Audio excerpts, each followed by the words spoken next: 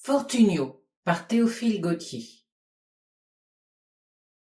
Chapitre 1er. Georges donnait à souper à ses amis, non pas à tous, car il en avait bien 2 ou 3 000, mais seulement à quelques lions et à quelques tigres de sa ménagerie intime.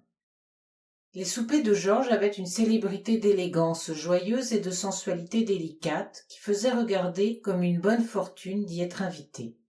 Mais cette faveur était difficilement accordée, et bien peu de noms pouvaient se vanter d'être inscrits habituellement sur la bienheureuse liste. Il fallait être grand clerc en fait de belle vie, éprouvé au feu et à l'eau, pour être admis dans le sanctuaire. Quant aux femmes, les conditions étaient encore plus exorbitantes. La beauté la plus parfaite, la corruption la plus exquise, et 20 ans tout au plus. On pense bien qu'il n'y avait pas beaucoup de femmes au souper de Georges, quoique, au premier coup d'œil, la seconde des conditions semble assez facile à remplir.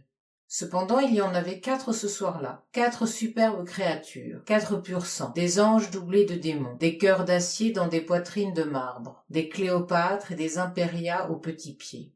Les monstres les plus charmants que l'on puisse imaginer. Malgré toutes les raisons du monde qu'avait le souper d'être fort gai, il était peu animé. Bons compagnons, chair transcendante, vin très vieux, femmes très jeunes, des bougies à faire pâlir le soleil en plein midi, tous les éléments avec quoi se fabrique ordinairement la joie humaine se trouvaient réunis à un degré bien rare à rencontrer. Pourtant un crêpe de grise langueur s'étendait sur tous les fronts. Georges lui-même dissimulait mal une contrariété et une inquiétude visibles que le reste des convives semblait partager. On s'était mis à table à la sortie des bouffes, c'est-à-dire sur le minuit. 1 heure allait sonner à une magnifique pendule de boulle posée sur un pied-douche incrusté d'écailles, et l'on ne venait que de prendre place. Un siège vide indiquait un absent qui avait manqué de parole. Le souper avait donc commencé sous l'impression désagréable d'une attente trompée et de mets qui n'étaient plus aussi à point. Car il est en cuisine comme en amour une minute qui ne revient pas et qui est extrêmement difficile à saisir.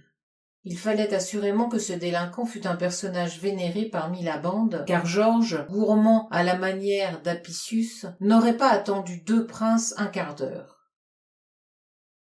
Musidora, la plus piquante des 4 déesses, poussa un délicieux soupir, semblable au roucoulement d'une colombe malade, qui voulait dire « Je vais passer une nuit funèbre et m'ennuyer horriblement. Cette fête débute mal, et ces jeunes gens ont l'air de croque-morts. » « Que Dieu me foudroie !» fit Georges en brisant dans ses doigts un verre de Venise de la plus grande richesse, épanoui comme une clochette sur un pied tourné en vrille et traversé de spirales laiteuses. La clochette rompue répandit sur la nappe, au lieu de rosée, quelques larmes d'un vieux vin du Rhin plus précieuses que des perles d'Orient. 1 heure et ce damné de Fortunio qui ne vient pas.